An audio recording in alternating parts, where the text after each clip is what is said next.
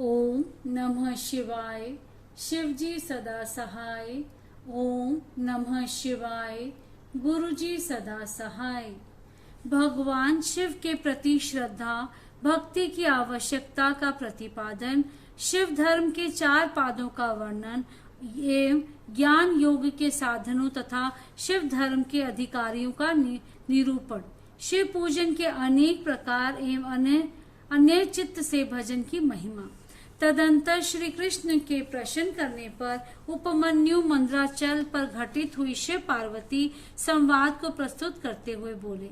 श्री कृष्ण, एक समय देवी पार्वती ने भगवान शिव से पूछा, महादेव, जो आत्म तत्व आदि के साधन में नहीं लगे हैं तथा जिनका अन्य करण पवित्र एवं वशीभूत नहीं है, ऐसे मंदमती मरते लोकवासी जीवात्माओं के वश में आप किस उपाय से हो सकते हैं?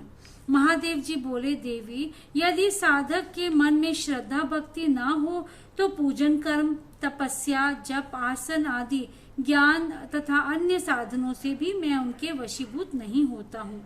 यदि मनुष्यों कि मुझ में श्रद्धा हो तो जिस किसी भी हेतु से मैं उसके वश में हो जाता हूँ, फिर तो वह मेरा मार्ग, मेरा दर्शन, स्पर्श, पूजन एवं मेरे साथ संभाषण भी कर सकते हैं।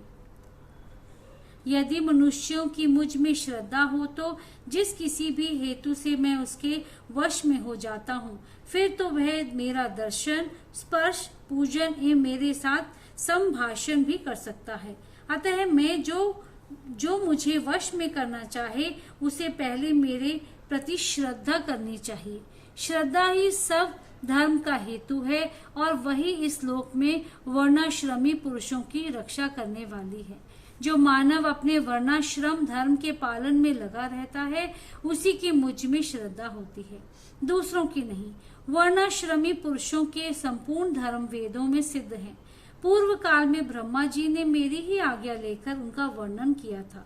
ब्रह्मा जी का बताया हुआ वे धर्म अधिक धन के द्वारा साध्य है तथा अनेक प्रकार की क्रियाकलाप से युक्त होता है।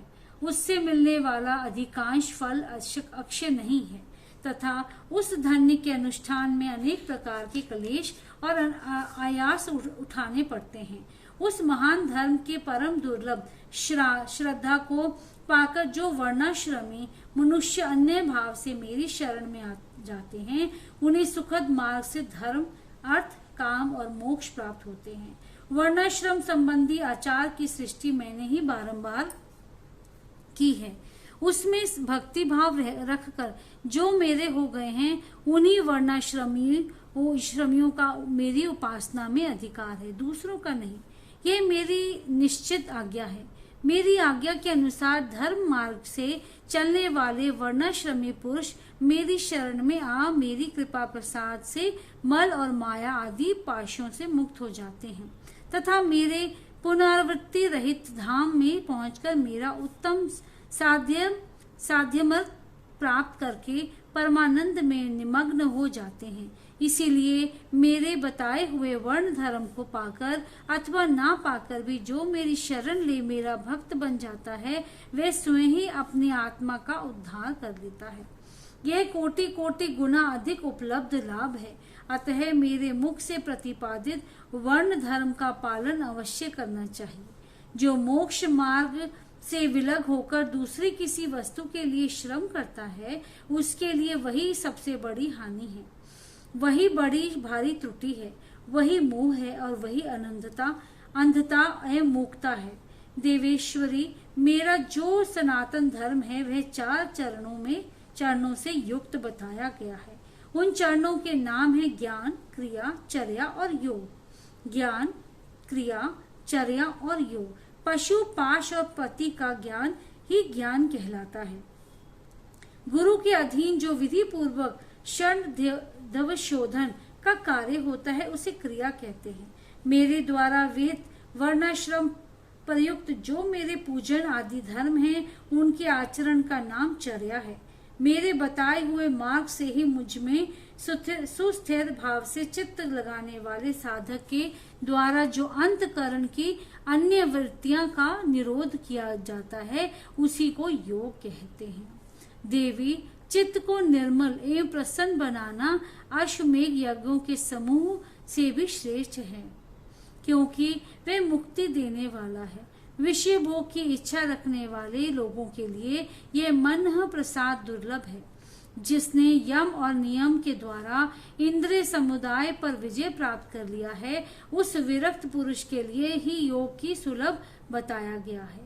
योग पूर्व पापों को हर लेने वाला है। वैराग्य से ज्ञान होता है और ज्ञान से योग्य पुरुष पतित हो तो भी मुक्त हो जाता है, इसमें संशय नहीं है। सब प्राणियों पर दया करनी चाहिए। सदा अहिंसा धर्म का पालन सबके लिए उचित है। ज्ञान का संग्रह भी आवश्यक है। सत्य बोलना, चोरी से दूर रहना, ईश्वर और परलोक पर विश्वास करना, मुझ में श्रद्धा करना, इंद्रियों को संयम में रखना, वेद शास्त्रों का पढ़ाना, यज्ञ करना कराना, मेरा चिंतन करना, ईश्वर के प्रति अनुराग रखना और सदा ज्ञानशील होना ब्राह्मण के लिए नितांत आवश्यक है। जो ब्राह्मण ज्ञान योगी की सिद्धि के लिए सदा ही प्रकार उपयुक्त धर्मों का पालन करता है, वह शीघ्र ही विज्ञान पाकर योग को भी सिद्ध कर लेता है। प्रिय, ज्ञानी पुरुष ज्ञानाग्नि के द्वारा इस कर्ममय शरीर को क्षण भर में दग्ध करके मेरे प्रसाद से योग का ज्ञाता होकर कर्म बंधन से छुटकारा पा जाता है। पुण्य पापमय जो कर्म हैं, जो मोक्ष का प्रतिबंधक बताया गया है, इसीलिए योगी पुरुष योग के द्वारा पुण्यापुण्य का परित्याग कर दें। फल की कामना से प्रेरित होकर कर्म करने से ही मनुष्य बंधन में पड़ता है, केवल कर्म करने मात्र से नहीं। अतः कर्म के फल को त्याग देना चाहिए। प्रिय, पहले कर्ममय यज्ञ द्वारा बाहर मेरी पूजा करके फिर ज्ञान योग में तत्पर हो साधक योग का अभ्यास करे। कर्म यज्ञ से मेरे यथार्थ स्वरूप का बोध प्राप्त हो जाने पर जीव योग युक्त हो मेरे यजन से विरत हो जाते हैं। उस समय वे मिट्टी, पत्थर और सुवर्ण से भी संभाव रखते हैं। जो मेरा भक्त नित्य युक्त एवं एकाग्रचित हो ज्ञान योग में तत्पर रहता है, वह मुनियों में श्रेष्ठ एवं योगी होकर मेरा सायुज्य प्राप्त कर लेता है। जो वाणी श्रमी पुरुष मन से विरक्त नहीं है, वे मेरा आश्रय ले ज्ञान, शर्या और क्रिया इन तीन में ही प्रवृत्त होने के अधिकारी हैं और उन्हीं के अनुष्ठान की योग्यता रखते हैं। मेरा पूजन दो प्रकार का है, बाह्य और अभ्यंतर। इसी तरह मन, वाणी और शरीर, इन त्रिविध साधनों के भेद से मेरा भजन तीन प्रकार का माना गया है। तप, कर्म, जप, ध्यान और ज्ञान, ये मेरे भजन के 5 स्वरूप हैं। अतः साधु पुरुष उसे 5 प्रकार का भी कहते हैं। मूर्ति आदि में जो लोग मेरा पूजन आदि होता है, जिसे दूसरे लोग जान लेते हैं, वे बाह्य पूजन का भजन कहा गया है। तथा वही भजन पूजन जब मन के द्वारा होने से केवल अपने ही अनुभव का विषय होता है, तब अभ्यंतर कहलाता है। मुझ में लगा हुआ चित्त ही मन कहलाता है। सामान्यतः मन मात्र को यहाँ मन नहीं कहा गया है।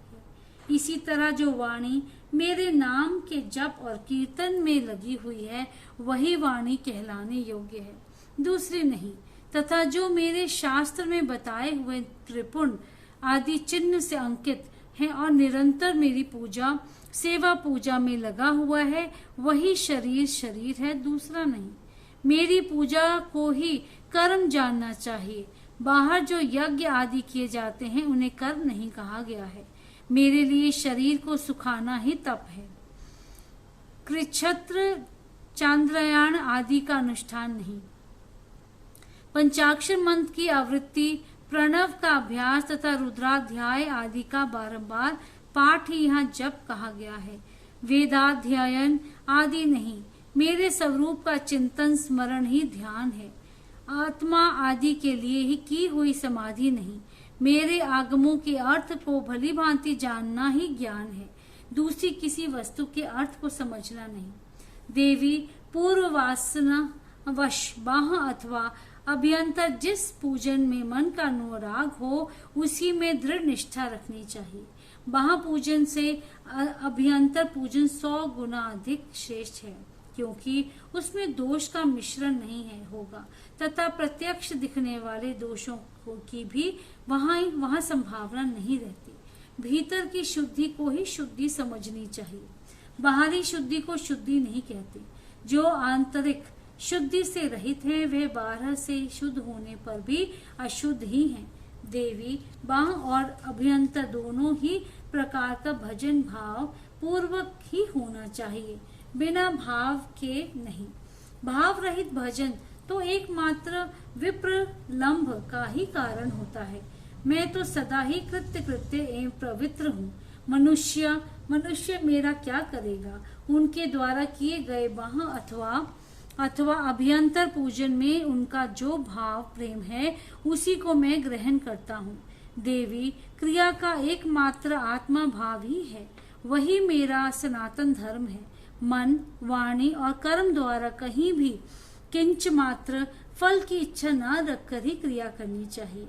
देवेश्वरी, फल का उद्देश्य रखने से मेरा आश्रय लघु हो जाता है, क्योंकि फलार्थी को यदि फल ना मिला तो वह मुझे छोड़ सकता है।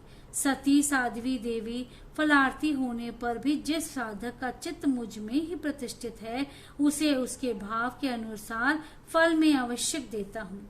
जिनका मन फल की इच्छा न रखकर ही मुझ में लगा हो परंतु पीछे वे फल चाहने लगे हों, वे भक्त भी मुझे प्रिय हैं। जो पूर्व संस्कार वश ही फलाफल की चिंता ना करके विवश हो मेरी शरण लेते हैं, वे भक्त मुझे अधिक प्रिय हैं। परमेश्वरी, उन भक्तों के लिए मेरी प्राप्ति से बढ़कर दूसरा कोई वास्तविक लाभ नहीं है तथा मेरे लिए भी वैसे भक्तों की प्राप्ति से बढ़कर और कोई लाभ नहीं है। मुझ में समर्पित हुआ उनका भाव मेरा अनुग्रह से ही उनको मानो बलपूर्वक परम निर्वाण रूप फल प्रदान करता है। जिन्होंने अपने चित्त को मुझे समर्पित कर दिया है, अतएव जो मेरे अन्य भक्त हैं वे महात्मा पुरुष ही मेरे धर्म के अधिकारी हैं। उनके 8 लक्षण बताए गए हैं। मेरे भक्त जनों के प्रति स्नेह, मेरी पूजा का अनुमोदन, स्वयं को भी मेरे पूजन में प्रवृत्ति, मेरे लिए ही शारीरिक चेष्टाओं का होना, मेरी कथा सुनने में भक्ति भाव, कथा सुनते समय स्वर, नेत्र और अंगों में विकार होना, बारंबार मेरी स्मृति और